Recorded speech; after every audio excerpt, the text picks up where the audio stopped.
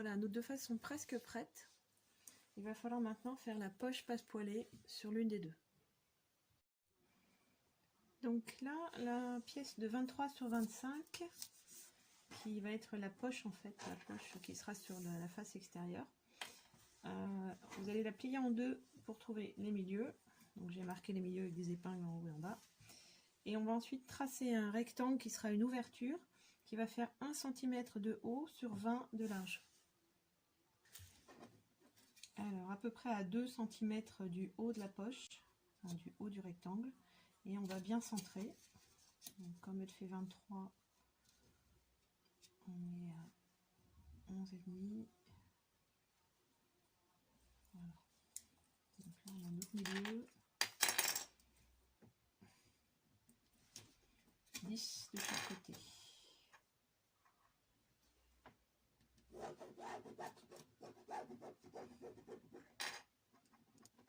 Donc 1 cm de haut.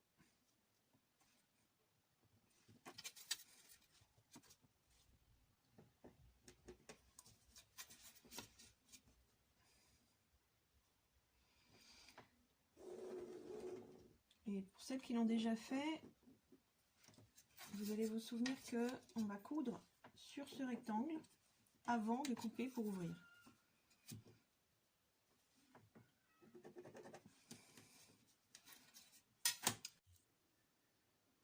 Voilà le tracé.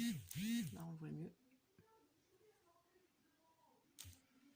Alors ensuite on va placer cette future poche sur l'une des deux faces. Donc endroit de la poche sur l'endroit du tissu, on a tracé sur l'envers de la poche, et on va la placer à 9 cm du bord haut. Donc 9 cm de chaque côté.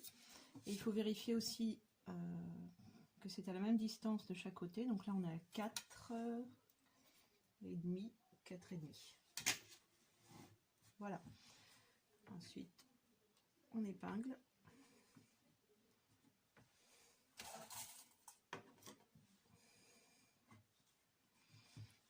Et là, donc, on va coudre ce rectangle en prenant nos deux épaisseurs, endroit contre endroit. Voilà, donc là, j'ai cousu en jaune pour que ça se voit bien. Et maintenant, on va ouvrir en faisant une petite patte doigt de chaque côté.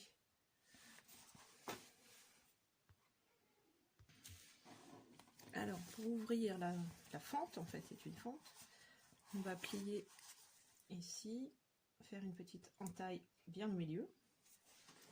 On rouvre et je coupe vraiment au milieu de la fente, pas tout à fait jusqu'au bout, on s'arrête environ à 1 cm et on va aller ici en biais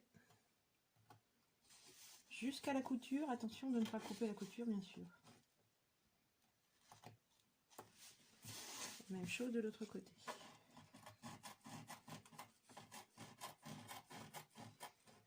Jusqu'à 1 cm et en pas de doigt jusqu'à la couture sans la toucher. En fait c'est assez délicat parce qu'il faut aller assez près, sinon ça se retourne mal, mais quand même pas trop près, bien sûr, pour pas couper la couture. Voilà, ces ciseaux là ont une pointe qui est plus aiguisée en fait, même si les autres sont plus maniables.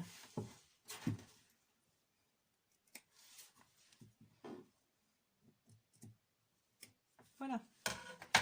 Alors maintenant, on va retourner cette poche sur l'intérieur. Là, on est sur l'extérieur du sac. On va passer tout ça dans la fente. Le dessus, le bas et le haut. Et de l'autre côté, on va venir chercher tout le tissu.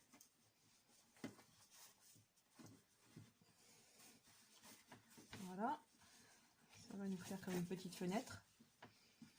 On peut repasser pour obtenir quelque chose de bien net.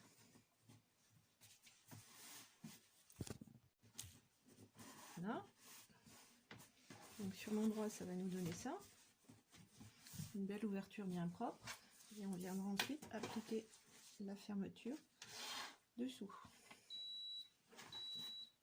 C'est le fer à repasser qui se merveille. Donc on centre bien la fermeture éclair. Dans l'idéal, on pourrait la bâtir, c'est-à-dire coudre à la main à grands points pour bien la maintenir en place avant de la coudre. Parce que là, on va coudre sur l'endroit.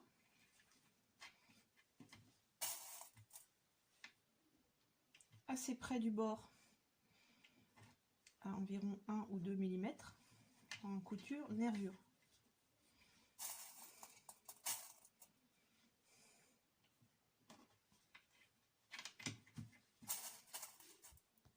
Donc là, j'ai épinglé ma fermeture sous l'ouverture.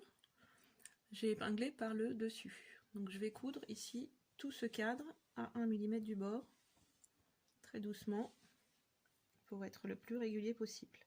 Bien sûr, avec le curseur qui va vous gêner, là, on peut le déplacer, soulever le pied et le replacer un petit peu plus loin.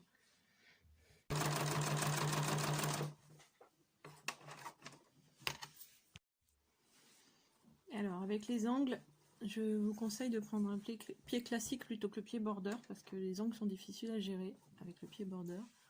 Donc là, on se place à 2 mm environ, et on essaye d'être le plus régulier possible.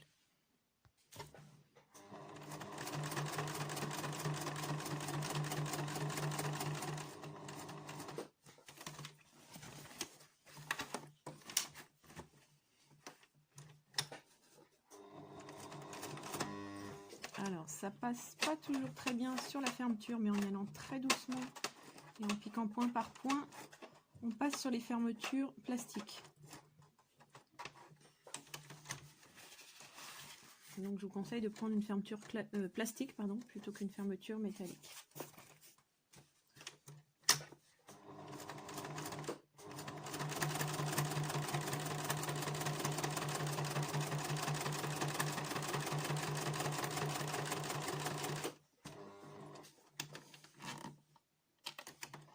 Alors, pour soulever le curseur, on soulève le pied.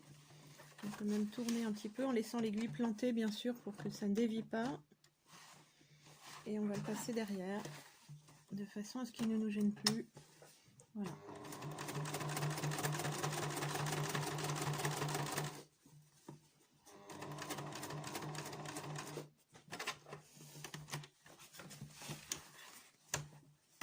Deuxième passage. Voilà.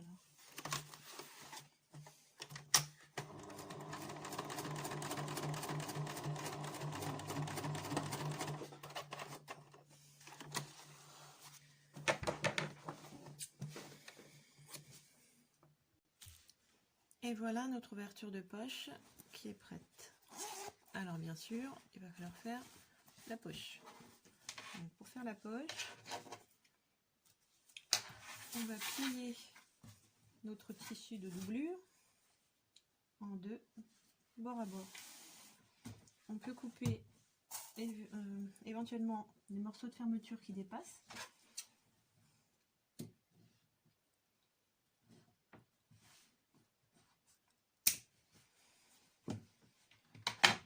Voilà.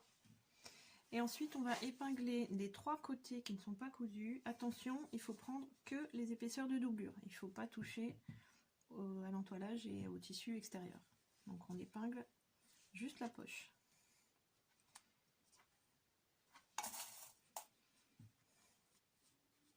Donc il y a une partie qui est déjà fermée, le pli. On va fermer ici donc à 1 cm. Normalement il doit rester 1,5 à peu près.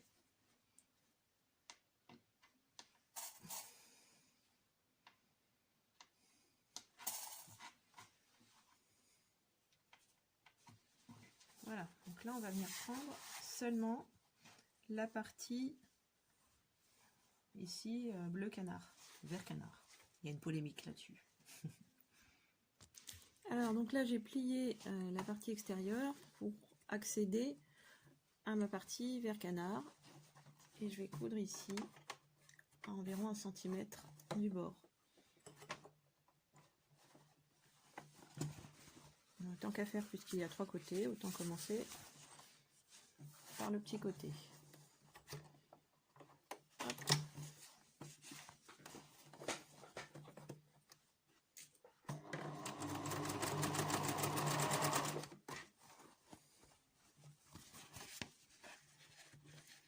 même chose, je plie à chaque fois la partie extérieure qui me gêne pour accéder à la poche.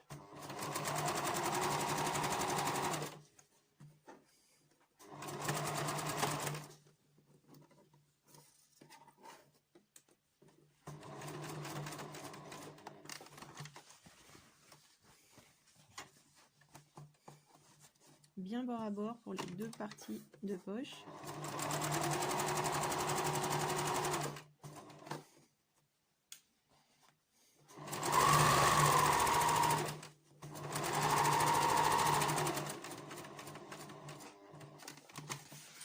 Et le dernier côté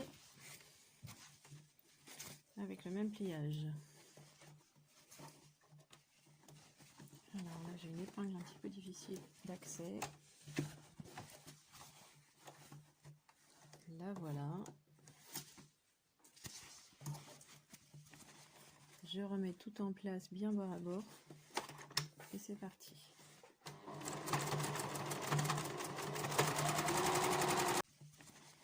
Je remets tout en place bien bord à bord et c'est parti.